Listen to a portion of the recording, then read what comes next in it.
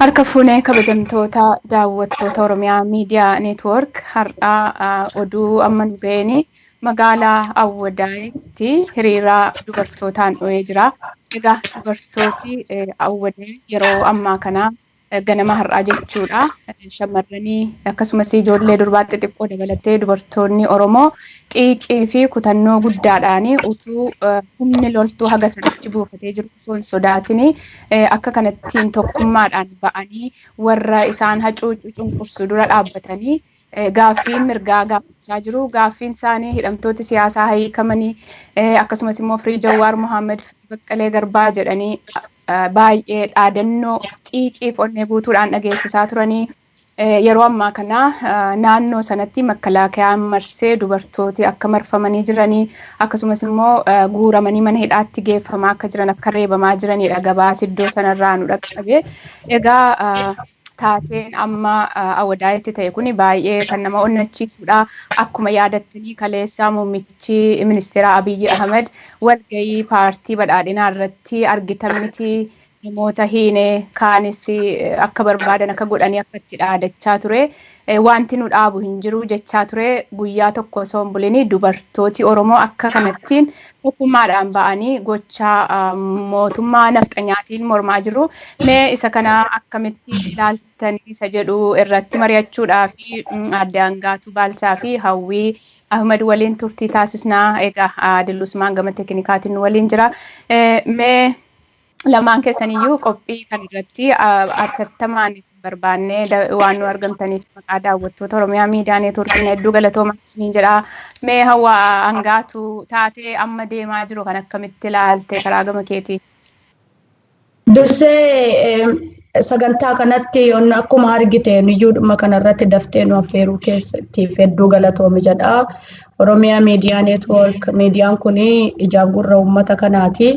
Har'alleen akkuma kaleessaa bu'aa bahii kamilleen odoo hin dhorkiin bakka Oromoonni itti miidhamaa jiran hunda keessa seenee golee Oromiyaa hunda guutuu keessa seenee sagalee isaa laatii fi isa keessallee wal biraan gahaa jira. Hedduu galatoomaa isa kanatti isinillee halkanii guyyaa dadhabne odoo hin jedhin boqonnaa tokko malee uummata kanaaf hojjechaa jirtanii dursee isin galateeffachuu barbaada.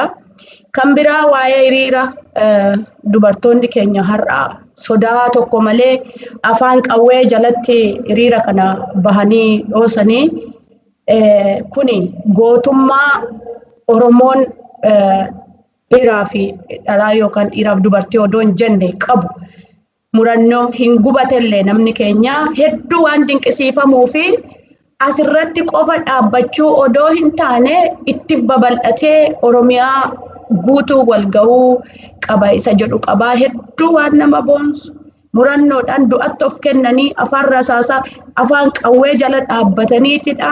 Rasaasatti adda isaanii kennanii baanii dubartoonni kun waan dinqisiifamuu qabudha jedha.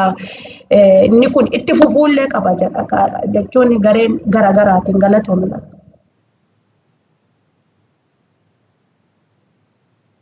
Galatoon Angaatuu Hawwii egaa mee amma dubartooti Harargee Awwadaay magaalaa Awwadaay akka kanatti otoo humni qawwee iddoo sana akkasitti buufatee jiru kutannoodhaan ka'anii gaaffii mirgaa akkasittiin qawwee dura dhaabbatanii gaafachuu isaanii kana maaltu sitti dhaga'ame Hawwii? Galatoome lattu wanni namatti dhaga'ama waan akka malee garaa nama wanna godhaati reefu taa'eetiin laaluu ture hin rafne hanga ammaa waan kana laalaan ture fuunee waan adda addaa argu jirra. Mootummaan kun mootummaa dubartootaafillee dubartiin haadha obboleettiidha niitiidha waan hedduudha dubartiin jechuun namni dubartiidhaaf gara laafummaa hin qabne eenyuufuu gara laafummaa takka illee hin qabu. Dubartoonni kun hiriira bahanii karaa nagaatiin hiriira bahanii dhaabbatanii namni waan fedhe jee mootummaa tokko balaaleffachuun hamaan qabu.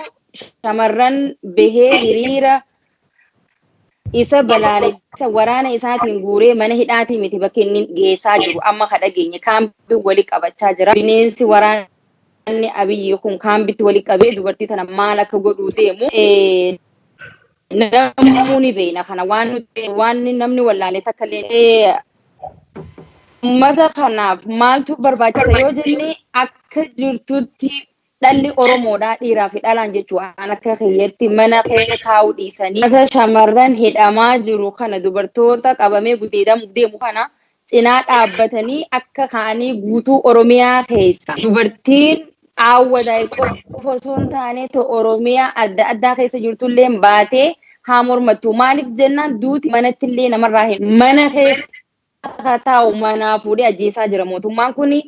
Kanaafuu wanni jennu takka waan biraatii miti akka jirutti bahanii manaas taa'anii du'anii gadis bahanii du'anii shamarran irra guurame kun osoo iji Oromoo dillituun argaa jirtu akka gudeedamtu. Hin barbaannu namni keenya asirratti walii dirmachuu qabaan jaalattoota galatooma.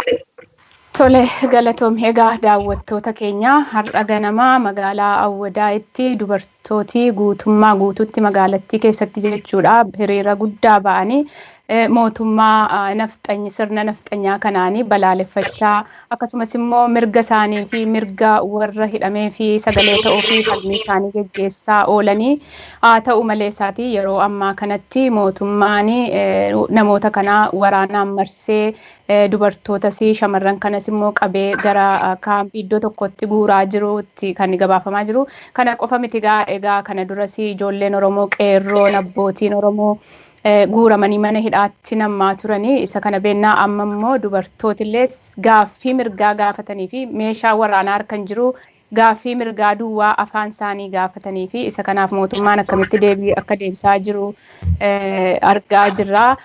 Mee hangaatu dubartooti Oromoo akkamittiin qabsoo Oromoo kana tumsuu yeroo hedduu dubartooti yeroo ammaa sirna kana keessatti hacuuccaan akka addaatti gudeedamuun dubartiin ulfaa keessattuu Harargee keessatti ajjeefamaa gudeedamaa dubartii ulfaa gudeedanii ulfarraa baasaa inni kun dubartoota irratti raawwatamaa jira. Egaa karaa garagaraan jechuudha. Isuma kana keessa darbanii akka kanattiin ba'anii falmachaa jiru. Isa kana mee dubartoota kabirootiif naannoo birootiif fakkeenya akkamii ta'a jettaa hangaatu? Wanni kun mootummaan amma biyyattii bulcha jedhee uummata kana fixaa jiru kun mootummoolee biyyattii egaa weerara Habashaa jalatti kuftee bulchaatii turan gabroonfataa uummata Oromoo irra ture kamirrayyuu isa hamaa fi yoo mootummaa kanaan mootummaa walgitu gabroonfataan kanaan walgitu diktaatarri namicha kanaan walgitu Minilik yoo ta'e qofadha. Isa caalayyuu hamaanatti fakkaataani Minilik harma yoo muree harkaa fi harma muree. Garuu dubartii ulfa garaadhaa qabdu dubartii garaatti baattu haadharraa dhalatee haadha manaa qabaa ijoollee isaa hammatee waliin enjoy gochaa jira gammadaatii. Akkuma haadhasaa akkuma haadha manaasaa akkuma ijoollee dubraasaa sanadha dubartiin akkuma sanadha. Dubartii garaa qabdu. Shiftaa gaditti dhiisee waraana isaa sigalee takkaa godhameen beeki baruma mootu inni bakka bu'e inni bakka jijjiireef kanallee waan akkanaan godhamne tas takkaa meenya akkana takkaa yakki akkana hidhaatti geessinaati ajjeesa waraabessa nyaachisaa jedheem nama waraabessa nyaachisuun takkaa mootummaan gabroonfataan hamaan akka namicha kanaa Oromoo irratti hin dhufu. Minilik jechuudha akkuma inni faarsuu Minilikiin bakka bu'ee jira jaarraa kana keessa jaarraa 21ffaa keessatti. Kan biraa maal eeguuf akka hawwan Oromolleen uummanni Oromolleen kana booda maal eeguuf akka inni obsuyyuu naan galu. Maaliif seetee dhumataa jira ajjechaan kunillee roorroon deemaa jiru kun balbala nama hundaa seenaa jira. Balbala nama hundaa rukutee seenee fixaatii jira. Roorroo badaa. Bara baraan immoo ammas gabrummaan kun Oromoo barana kana hin jalqabne bara baraan dabaree nutti darbaatii as ga'e. Mee nuti baruma baraan Oromoon roorroo geggeessaa afnamoo bara tokko an dhume han jiraate keessaa bahuu qabna isa jedhu Oromoo wal gaafachuu qaba. Inni kun immoo hiriirri hamma dubartiin teessee gubattee dadhabnaan dhoostee baate maaliif akkasaan kaampitti gurratanillee akka gudeedamuun dugda duuba jiru akka rakkoon garaagaraa dugda isaanii akka ajjeefamuun caccabsamuun waraabessaan nyaatamuun dugda isaanii duuba jiru ni beeku. Odoo kana beekanii wal faana dhumdee dhabamuun wayya jedhanii wal qabatanii ba'an jechuudha. Dadhabaniiti. Reeffa ilmoo isaanii karaarraa guuranii hambaa waraabessaa guurratanii taa'anii boo'uu dadhabaniiti. Kanaaf ani waan ani jedhu kaleessas qoonni qabsoon Oromoo keessatti dubartiin Oromoo kennaa turte dirree lolaarraa kaasee hawwisoodhaan hawwan mana jiran abbaan manaan isaanii yeroo falmii deemu maatiidhaa bakka bu'uudhaan miseensa hulee ta'uudhaan bobaa diinaa jala seentee dubartiin siigalee miseensa hulee jechuun waa hedduudha dhaamsa garaagaraa fuutee dubartoota deeman qabsoo Oromoo keessatti qooda guddaa bobaa diinaa jala taa'anii bobaa diinaa jala seenanii karaa dheeraa deemanii akka ammaa bilbilli hin jiru. Lubbuu ofii kennanii meeshaa garaagaraa baadhatanii lubbuu gurguranii qooda isaanii gumaachaa turan. Qabsoo kana namni dhiibee sadarkaa olaanaatti ol fide qoonni dubartii shoora olaanaadha. Sadarkaa tokkoffaatti ilaalama qabsoo bilisummaa Oromoo keessatti illee yoo ta'e jechuudha. Hawaasummaa keessattis illee akkasuma. Haa ta'uuti har'a teenyee walirratti ilaaluu qabna moo hawwan Oromoo bakka jirru kaaneetoo qooda fudhachuu qabnaa isa jedhuuf ani akka kootti waan har'a hawwadaayitti ta'e kun Oromiyaa guutuu walga'ee dubartiin Oromoo siiqqee ishii qabattee ilmaan dhalanii qaban illee qabatan aafitu ilmoodhuma xixiqqoo wajjiniin ilmaan isaanii illee qabatanii bahuu qabu. Yoo kana hin taane gabroomsaan mataa keenyarra tokkoon nu fixuuf deema tokkoon nu salphisuuf deema. Ijoolleen dubraa maatii fuulduratti haadhaaf abbaa fuulduratti gudeedanii dadhabnaan ilmaan dhiiraatti darban waan dubbachuuf nama qaanessu. Gujii keessatti ijoollee 12 ijoollee xixiqqoo ilmaan dhiiraa walitti guuranii gudeedanii jiru. Kuni Oromoon madaa'ee jira maaltu nu hafe kana caala salphinni kana caalu maaltu jira kanaaf bahuu qaba. Namuuyyuu teenyee walirratti ilaaluun qabnu isa kana qofa miti. Amma dubartoonni dhoosanii bahaniiru abbootiin amantii abbootiin gadaa abbootiin amantii Oromoo fi abbootiin gadaa jaarsoliin biyyaalleen hiriira jaarsolii fi abbootii gadaa fi abbaa gadaa fi kan abbootii amantii illeen guyyaa ta'u wal dhoosee bahuu qaba. Hiriira kophaatti isaan mul'isuuni isa jedhu yaada qabaa jabaachuu qabna alaas keessaas inni ala jirus kun akkuma argite waan danda'u sagalee ta'uu fi qaba wal ga'uu qaba isa jedhuun qaba galatoomii. Tole galatoomii hangaatu egaa daawwattoota keenya ammas irra deebi'een isinitti himaa akkuma argitanii gana akkuma viidiyoo irrattis argaa turtanii magaalaa Awwadaayitti har'a ganamaa dubartootii Oromoo qarreen Oromoo shamarran Oromoo daa'imni ijoolleen osoo nafini tokkummaadhaan ba'anii gootummaadhaan mootummaa shiftaa mootummaa nafxanyaa kana dura dhaabbatanii falmataa turanii egaa mootummaan immoo karaa gamasaa aangoo humna isaa fayyadamee namoota kana bittimsuu sagaleen irra saasaallee dhukaasillee akka dhaga'amaa ture nutti himaa turanii akkasuma immoo dubartooti kana gara walitti qabanii gara mooraatti geessaa jiru jedhu egaa maaltu akka irra ga'uu hin beeknu mana manattiyyuu dubartoota ulfaa akkasuma dubartoota gudeeddaa roorroon irratti geggeeffamaa jira. Isa kana immoo warra mirga warra hidhamee mana hidhaa keessatti akka tokko malee hidhamee dararamaa jiru hooggantooti siyaasaa nuuf hiikamanii Firii Jawaar Mohammed nuuf hiikamuu Baqqalaa Garbaa nuuf hiikamuu Hamzaa Booranaa nuuf hiikamuu hidhamtooti siyaasaa Abdii Raggaasaa fa'aa nuuf hiikamanii jedhanii gaaffii kana gaafachaa turanii gaaffiin isaanii gaaffii mirgaatii meeshaa baatanii hin jiranii qawwee baatanii hin jiranii harka isaanii duwwaadha mootummaan garuu ammasii tarkaanfii humnaa akka irratti fudhachaa jiru tu dhaga'amaa jira. Mee hawwii ati shamarran Oromoo taatee dubartoota akka kanatti gootummaadhaan rasaasa dura dhaabbatanii falmatan kanaan maal jettaa? Maal ittiin jettaa hawwii? Gootummaan dubartii Oromoodhaa beekee waan himamee dhumaatii miti. seenaa guddaa qabdi dubartiin Oromooti. Seenaan dubartii Oromoodhaa yoo irraa haasofna jennee waan yeroo dheeraa fudhatu. Qabsooytuu jabduu dubartii waan muratti harkattu dhiira daran onnee qabdu rasaasa fuuldura dhaabbattee dhukaasa beektu dubartiin Oromoodha. Mootummaan bilisiginnaadha. Mootummaan namicha nafxanyaa Abiyyi Ahmad jaan kanaan hoogganamu. Abiyyi Ahmad haadha xiyyan jaaladhaa jee yeroo hedduu haadha dubbatu. Namni haadha dubbatu namni obboleeyyan qabu. Jaartii ilmaan dubaraa dhallee lafaa qaba Abiyyi. Namni ilmoo lafaa qabu gizee waraana bobbaasee waraanni isaa shamarran gudeedaa haadha ilmoo garatti ajjeesaa dubartii garaa qabdu. Bineensa afaan hin beekne fideetiin lattu gannaqee jira Oromiyaa keessatti.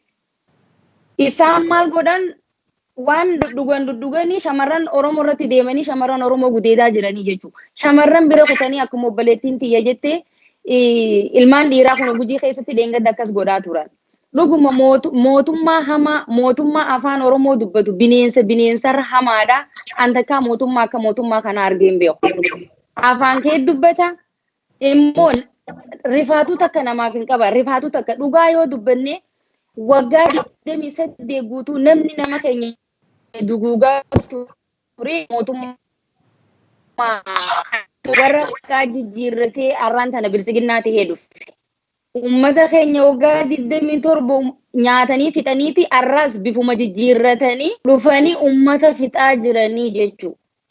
Namni keenya yeroo hedduu TPLF akkana nu godheeyyan TPLF dhugaa dubbachuudhaaf isaantu inuma amma gizeen haala isaanii kana laalu ummata OPDO namni Oromorraa dhoowwaa ture TPLF jeeti. Waggaa torba keessa hanga TPLF ummata keenya fitte mootummaan Abiyyi Ahmad mootummaan gabroonfataan afaan keenya dubbatu waggaa 2 keessatti ummata keenya caalaa duguugee jira.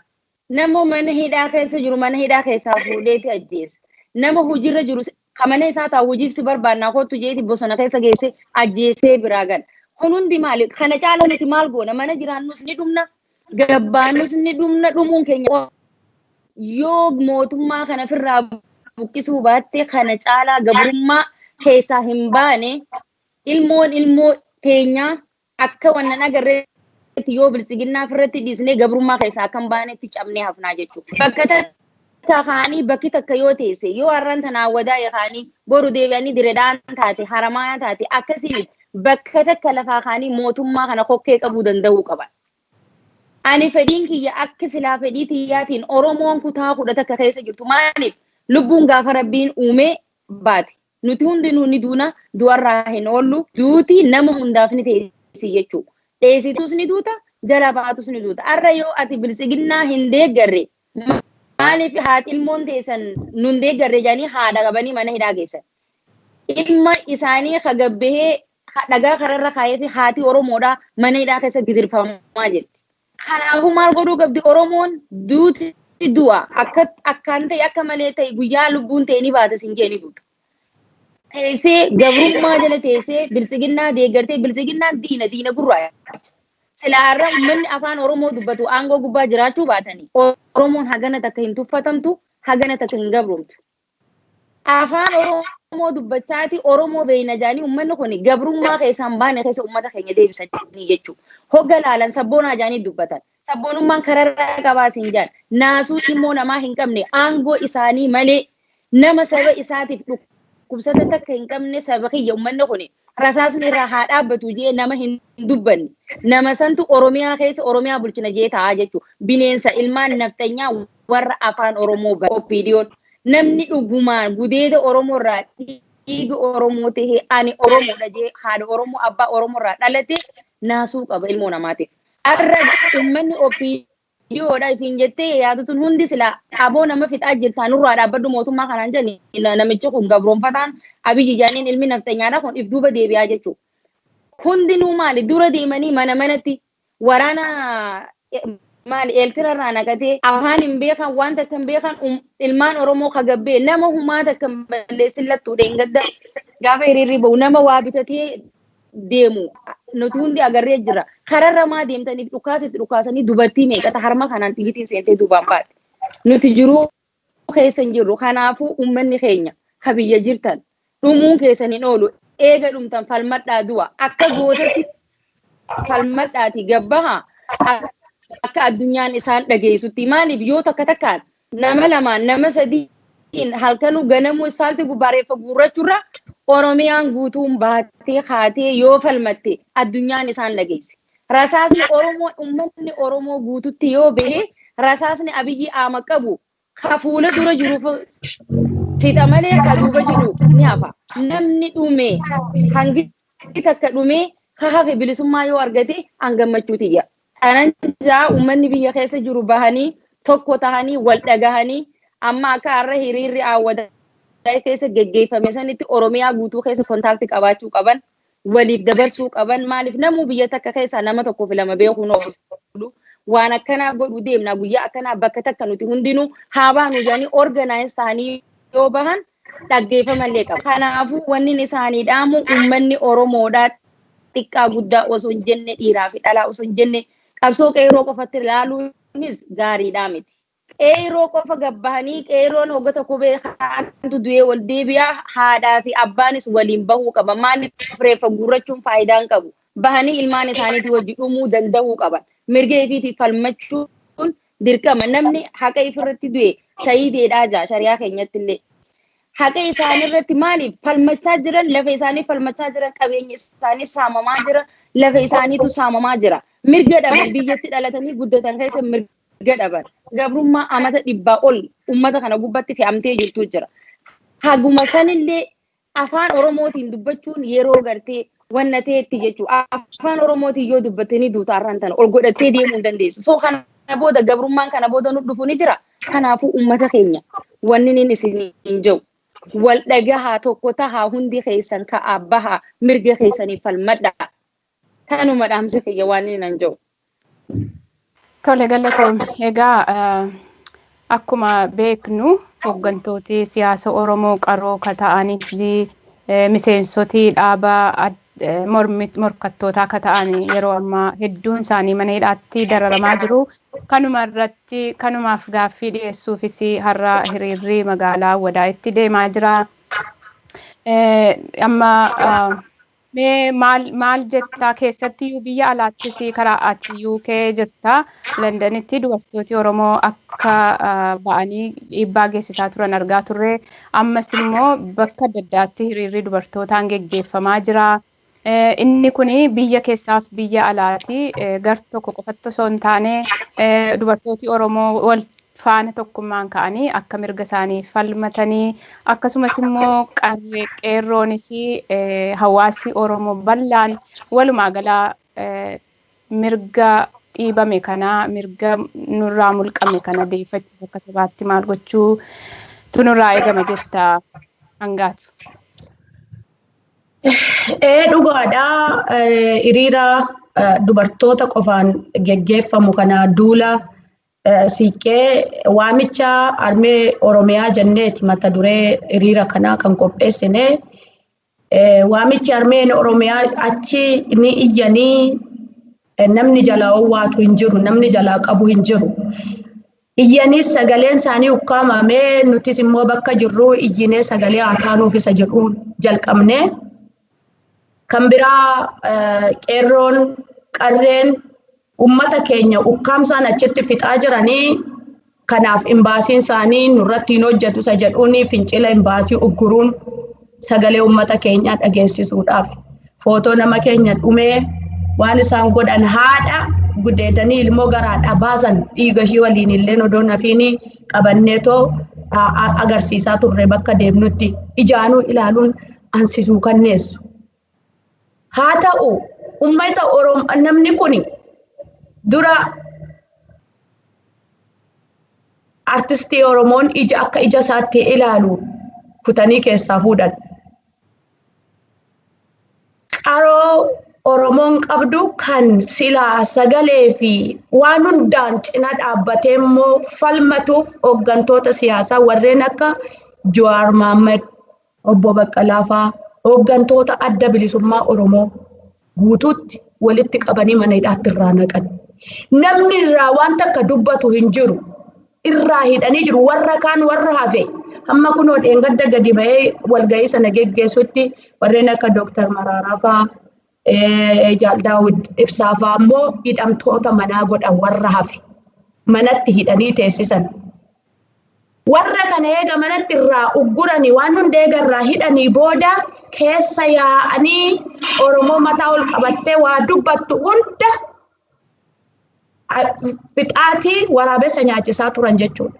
Waan si ajaa'ibu ilmi namaa yoo ajjeese mootummaan awwaala argatuu qaba bara. Kuni uumaadha awwaal lafa jirudha namni eega takka ajjeefte awwaalamee kabajaan maatiin awwaalatuu qaba. Garii bara awwaala keessaa baasanii waraabessa nyaachisaa jiru yaa obboleettii kiyya baay'ee si gaddisiisaan amma odeeffannoon kaleessa naannoo Jimmaatii dhaga'ee sisuu kannees ajjeesanii maatii fuuldura geessanii darbanii dhuguma dhiiroo biyyattii keessatti nama dhalatetu waan akkanaa godhaa jira moo bineensa inni Eertiraa irraa galfatetu waan kana Oromoo irratti raawwataa jira si ajaa'iba. Haadhaaf abbaa fuulduratti gatanii gara fuulduraatti odeeffadhaallee waan kana qorachuun illee barbaachisaadha beeki. Fuudhanii warri boo'ee awwaallatee guyyaa tokko booda deebi'anii reeffi nuti asitti ganne eessa awwaalan iddoo awwaalanii baasaniiti baasaa jedhanii maatii ganaa awwaala qotee maatii roorroon kana fakkaatu tasa godhamee hin beeku ati takkaa dhageessee yeroo Minilik yoo kuni deemee jiraate hin beeknen uummanni gubatee jira beeki. Kanaaf waan ni godhamaa jiru waan takka gabroomsaan kamuu godhee hin beeknedha. Hitler lammaffaatu nurratti hojjetaa jira jechuudha biyya keessatti. Tokko Oromoonni lamanas yoo ta'e tokkoon guuramee inuma du'a. Yoo gadi bahee falmates immoo ammi tokko dhumee akkuma obboleettiin tiyyata jette kaafe hinuma hafa. Tokkoon funaannamuurra immoo wal faana bahee tokko waraanni Eertiraa kan Abiy Ahmed fidee Oromiyaa galchee nurraa ka'uu qaba. Addunyaatti illee iyyatamuu qaba. Waraanni afaan hin beekne kan biyya keenyatti nam'ee uummata keenya fixaa jiru waraana Eertiraati. Eertiraan waraana ishee Oromiyaa keessa nurraa haa kaaftu gaafii warra kamii dalmuu qaba yeroo hiriira ba'an. Inni ala jiru akkuma kaleessa jalqabnetti odoo ol deebinee irraamne hiriira keenya itti fufuu qabnaa isa jedhuun qaba maal jetta akkamaa ta'u isa jedhuuf siigalee hiriirri keenya guutuun itti fufuu qaba. Kan biraa imbaasii isaanii ugguruun wal ga'uu qaba hin ugguramne fakkeenyaaf Siwiidinitti hin yaalamne. Deenmaark, Noorweey, Siwiidinidha. Imbaasiin iddoo tokko jira. Euroop keessa illee bakka itti jaalamintu jira. Iddoo jirru baanee imbaasii isaanii ugguruu qabna imbaasii Itoophiyaa. Rakkoo dhaqnee haa yaallu. Yeroo yaaluu dhaqnu rakkoo nurra jiru waan ta'aa jiru suuraa qopheeffannee dookumentii guutuu viidiyoo hunda qopheeffannee haa dhaqnu. Namni kuni baga isin irratti ta'e namni namaan jedhu hin jiru. Imbaasiin kun asii yookaan deebii kana nuuf haa kennu yookaan immoo nurraa haa cufamu tajaajila nuu kennu kana haa yaallu. Kan biraa hiriirri ittuma fufaa yoo dandeenye fuulduratti hiriira dubartoota Oromootiin qophaa'uu akka waliigala addunyaatitti akkuma Oromoon waliigala guyyaa tokko godhee akka dubartoota Oromootti guyyaa tokko addunyaa guutuurra godhuu yaalla. Oromiyaan guutuun immoo ba'uu qaba laale amma awwadaa'ii dhoosanii jiru akkuma fincilli diddaa gabrummaa giincii dho'ee Oromiyaa guutuu wal ga'e sana mallattoo fincila dubartoota Oromoo awwadaa'ii dho'ee jira. Dubartoonni Oromoo guutuun Oromiyaa waliin ga'uu qaban yookaan garuu booree baattanii teessu. Yeroo haati ilmoo dhabdee waraabessaan ilmoo ishee nyaatamee yeroo haati ilmoo garaatti odoo qabdu gudeedamtee ilmoon garaadha. Waan kanaan ba'u dabareetti darbanii yeroo ilmaan dhiiraa ijoollee xixiqqoon gudeedamtu. Yoo haati naannoo gara biraa inni giddugala Oromiyaa teessee isa naannoo Gujiitti godhamu dhaggeeffatte boru kan keelleen sanu. Nuti Oromoodha. Rakkoon keenya tokko furmaanni keenya illee tokko waliin mirgi keenya cabe waliin mirga keenya deeffannaa hidhamtoota mana hidhaatti illee naqan kuni tuffii guddaadha Oromoodha. Hayyuu siif dubbatu hayyuus dhaabbatee waan seeraa si dubbatu sirraa hidhanii miidiyaati qabdu ugguranii dhoksan ukkaamsan yeroo tokkoon si bitan calliftee dhaggeeffatta fuutee reeffa afuu allattee galtee boochee taasise yoo ta'e atilleen boruunuma duuta kai hin kaane kai ammallee hin kaane ka'uu qaba Oromoon. Falmachuu malee wanni nu furu hin jiru. Kan biraa kana keessatti yeroo farmannu sabaaf sablammoota Oromiyaa keessa jiran. Lolli Oromoo har'as kaleessas xiyyeeffannaan keenya mootummaa gabroonfataa. Diddaa sirna nafxanyaa kaleessa Minilik nurratti ijaareeti. Haga gaafa sirna nafxanyaa Minilik nurratti gadi dhaabe. Lafee harka warra keenyaa muree armaa ayyolee keenyaa muree lafee calanqootti tuuleeti sirna nafxanyaa nurratti ijaare. Aga akkasumatti barbaadu lafeen keenya tuulamee sirna sana aga buqqifnu Oromoon mirga isaas argachuu hin danda'u nagaan biyya sanaallee hin jiru kanuma dhaama. Kanaaf immoo qabsoo wal ga'uu qabdu. Tole galatoo mangaatu egaa daawwattoota keenya amma sirra deebinee isinitti himnaa akkuma amma viidiyoo irratti argaa turtanii har'a ganamaa magaalaa Awwadaatti hiriirri mormii dubartootaan dho'ee jira. Dubartooti hedduu irratti ba'anii daa'immituu nafini irratti hirmaatanii mootummaa kanaan mirga isaanii gaafachaa turanii. Egaa akkuma beekamu yeroo artist ajjeefamuun sagalee Oromoo ajjeesuudha. Jawaar Mohaammed faa Obbo Baqqalaa faa Hamzaa Booranaa faa hidhuuni sagalee Oromoo hidhuudha. Kun akka kanaaf namooti kun kan walii dubbatan kan Oromoof dubbatan yeroo ammaa sagaleen isaanii ukkaamamee mana hidhaa keessatti isa ajjeesanii inni kaan immoo sagaleen isaa mana hidhaa keessatti ukkaanfamee jira. Kanaaf Oromoon keessattuu dubartoota Oromoo yeroo ammaa akkasitti ba'anii falmachaa jiru sagalee isaanii dhageessisaa jiru. Mee hawwii walumaa galaa maal gochuu qabna dubartoota Oromoos haa ta'u hawaasi Oromoo biyya keessattuu gar tokko duwwaa irratti otoo hin ta'in Oromiyaa guutummaa keessatti namni hundumtuu wal qixa bahee mirga isaaf akka falmatuu fi maal dhaamta walumaa galatti asirratti goolabna gaaffiif deebii. Waliigalatti maaltu jira beektaa Oromiyaa keessa amma Oromiyaa keessa Oromoon dhumaa jirti. Dhumaatii isii kana ofirratti hin beekan akkanatti fakkaatutti wal quba qabaachaa hin jiran na fakkaate Oromiyaa keessa jiru jechuudha. Bineensi wayin asumarratti waasii malattu dhiyoo tana kanaan nama daddaritti nama wajjin ijoollee wal loltee jennaan nama sanii wajji fiddee manguddoo walitti araarsitee araara manguddoon osoo jirtu araarame jee gabbee ijoollee dhabe duraan gabbee dhukaase. Maali jettee hogga namni ala gadooriu mana tokko keessaa ilmaan 5 tasaasaan ajjeese hojjetaan mootummaa Abiy Ahmed jechuudha. Ajjeese nuufaa gaafatamu kan caccabsee mana hakimaa geesse mootummaan nuufaa gaafatu maaliif jennaan maal akka deebisee beektaa mootummaan Abiy Ahmed maarree dhukaasni silaa sami dhukawuu qabaa namarratti dhukawuu qabaa jeen. Gartee hagana takka uummanni Oromoodhaa biyya keessaa dhumaa jira. Abiyyi mootummaa gabroonfataa mootummaa hamaa mootummaa akkuma duraan ji'an namicha kan akka inni isa ibsu hin beeku. Akka inni isa ibsu hin beeku uummanni keenya ka biyya keessa jiru nuti wanni isaanii godhuu dandeenyu hawaasni biyya alaa jiru. Hiriira baanee rakkoo teenya ta jirtu waan akkanaan nu jira jarana nu argaa jennee rakkoo teenya san ibsachuudha. Uummanni addunyaa nuuf argeeti mootummaa kana nuti wanni nuti goonu mootummaa kokkee qabudha. Malee biyya san dhaynee loluu hin dandeenyu. Koottaa isinin fixaa akka Haacaaluu Hundeessatti koottaadhaa jee Abiyyiin dhaaddatee colbee. Haacaaluu ajjeesuun isaa akkaataa itti Jawaar Mohaammed hidhu sirreeffachuufi. Haacaaluun dhibbatti mootummaa Abiy Ahmed ajjeese. Jawaar Mohaammed sammuun dadhabe Abiyyi maaliif ifi waan hin baratiniif waan ummata humaan beene donqooroo walitti qabee achi keessa kaayyatee ajaja isaaniitiin waan deemu mucaa badii takka irraa dhaban. Asiin itti dhufanii karaa meeqaan itti dhufanii sammuu Jawaar dadhabnaan maal godhan Jawaar barmataan isaa ajjeechaan lammataa guyyaan Haacaaluun Hundeessaa du'u.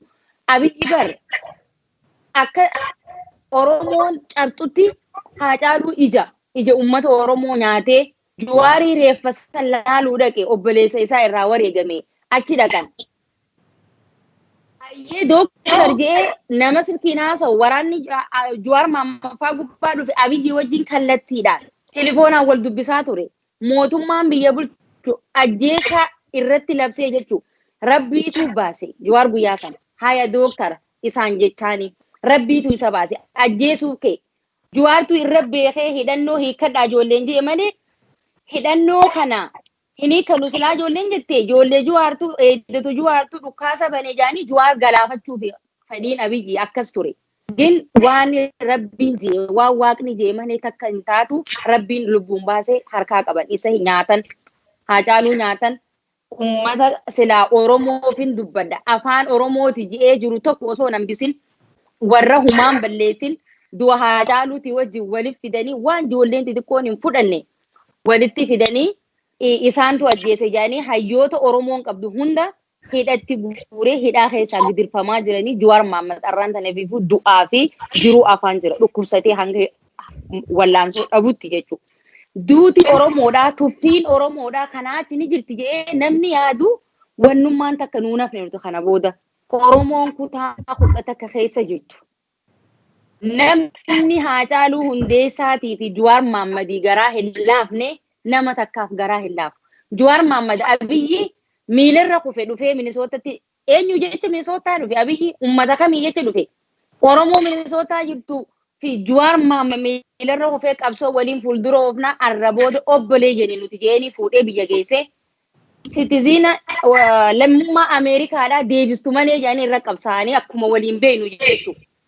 Warri Abiyyi wajji dalagaa jiru ka biyyatti galee lammummaa biyya kanaa deebisee isaa wajji dalaguu jira. Maaliif lammummaan Jawaar Mohaammed akka deebifamtuuf akkasitti toopika godhatanii irra haasa'uu turan ajjeesuuf hogga inni waan hunda galcheef akka amma godhan kana kunoo karaan kanumaa jechuudha.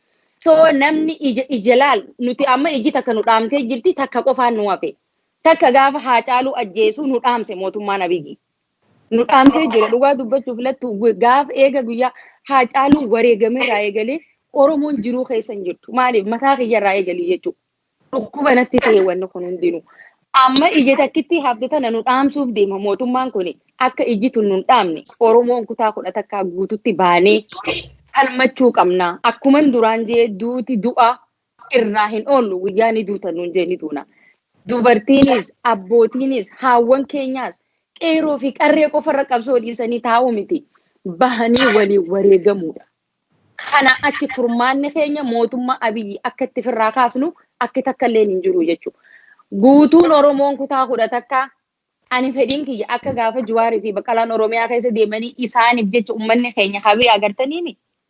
Arra yoo akkasitti walii galanii rasaasa sodaachuu baatanii bahan guyyaa takkatti firraa fonqolchan mootummaa kana jechuudha. Guyyaa takkatti walii galuun hedduu barbaachisaadha. Walii gallee tokko taanee tokkummaan haa falmannu yaa Oromoo biyya uummanni biyyaa ka'a.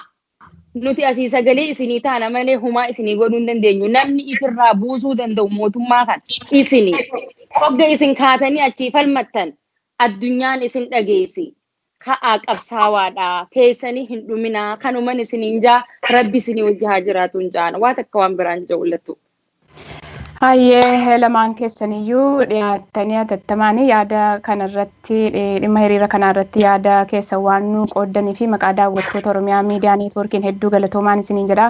Egaa daawwattoota keenya akkuma amma viidiyoo irratti argaa turtanii har'a ganama magaalaa Awwadaayitti dubartoonni qarreen shamarran Oromoo daa'imni ijoollee xixiqqoon illee osoo nafini ba'anii hiriira nagaa geggeessanii falmii isaanii karaa nagaa geggeeffachaa garuu mootummaan immoo isa kanarratti tarkaanfii akka fudhachaa jiru kan gabaafamaa ture. Egaa isa kana guutummaa gabaasa kanaa oduudhaanis isinii dhiyaata. Haala iddoo sanattis akkasumas Oromiyaa bakka biroo keessattis geggeeffamuu hordofnee kan isin biraan geenyu ta'a. Haga qophii keenya kan amma asuma irratti goolabna. Egaa kan qophii kana keessumsiisuudhaan alatti bushanii akkasumas immoo gama teeknikaatiin adeemsisumaan ture. Egaa qophii biroo nagaa walitti deebinutti turtii gaarii isiniin jenna nagaatti.